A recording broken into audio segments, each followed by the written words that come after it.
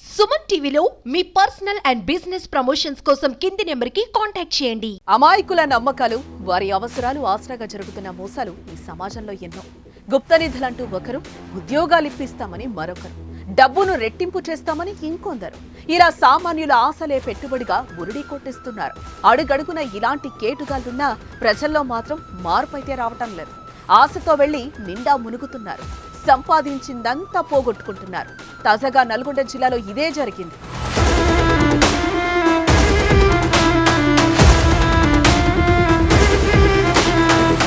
రండి బాబు రండి, డబల్ ధమాకా. 1000 పెడితే 2000, 10,000 పెడితే 20,000, 1,00,000 పెడితే 2 లక్షలు.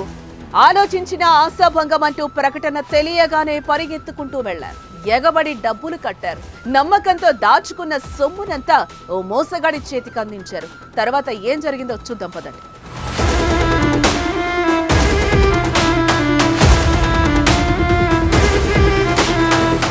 నల్గొండ జిల్లా చింతపల్లి మండలం గోడుకొండకు చెందిన మదిని సంజయ్ రెడ్డి కుమారుడు మనీష్ రెడ్డి గత 4 ఏళ్ల క్రితం money enterprises stock market investment and traders పేరుతో ఆఫీస్ తెరిచాడు.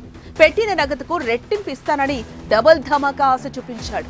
ఏకంగా గ్రామానికి చెందిన 10 మంది ఏజెంట్లను పెట్టుకుని వారికి నెలకు 16,000 రూపాయల జీతం ఇస్తూ టార్గెట్ పెట్టుకుని మండలంతో పాటు మర్రిగూడ, నాంపల్లి, యాచారం, ఇబ్రహీంపట్నం, కరీంనగర్, నిజామాబాద్, చౌటుప్పల్, హైదరాబాద్ వరకు విస్తరించాడు.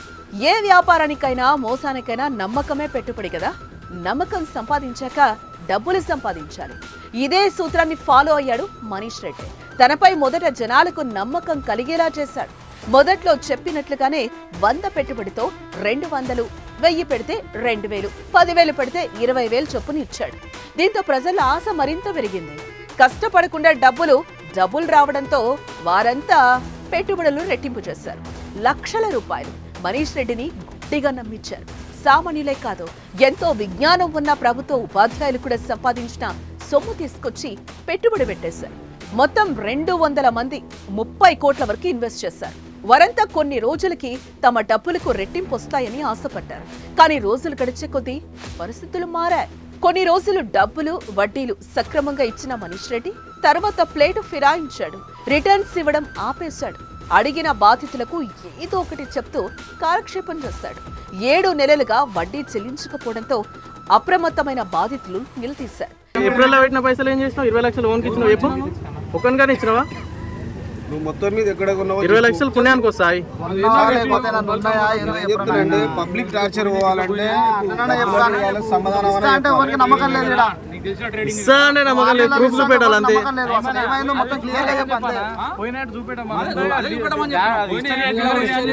తమ డబ్బులు తమకివ్వాలని గట్టిగా అడిగారు.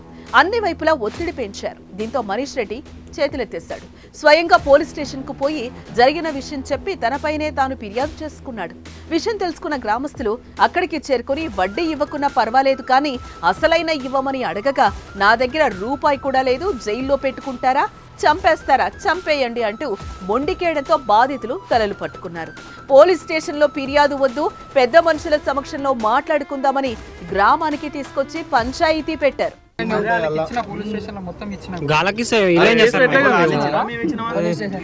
పోలీస్ స్టేషన్ లో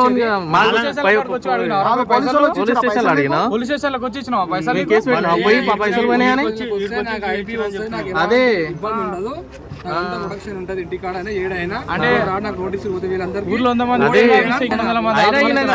అయిపోయాను కోసం ఫ్రాడ్ కింద చీటింగ్. విన్నారుగా మనీష్ రెడ్డి ఘరానా మోసం. డబుల్ ధమాకా డబ్బుల స్కీమ్ తో ఏకంగా 30 కోట్లు కొల్లగొట్టాడు. అతని చేతిలో మోసపోయిన వారిలో సామాన్యులు, అమాయక ప్రజలే కాదు, ప్రభుత్వ ఉద్యోగులు, బ్యాంక్ సిబ్బంది కూడా ఉన్నారనేది టాక్. కొందరు 1,00,000 నుండి 10 లక్షలు పెట్టుబడి పెడితే ఒక ప్రైవేట్ బ్యాంక్ మేనేజర్ తో సహా ఓ బ్యాంకు క్యాషియర్ 60 లక్షలు పెట్టుబడి పెట్టినట్లుగా సమాచారం. మరి బాధితులకు ఇలాంటి న్యాయం జరుగుతుందో చూడాలి మరి.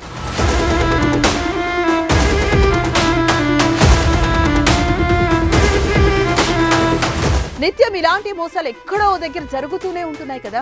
వాటిని టీవీలోనో, పేపర్లోనో, తెలిసిన వారి ద్వారానో తెలుసుకుంటూనే ఉంటున్నాం. కానీ జాగ్రత్త మాత్రం పడడం లేదు. మాయగాళ్ల మాటలకు మోసపోయి సర్వం కోల్పోతున్నారు.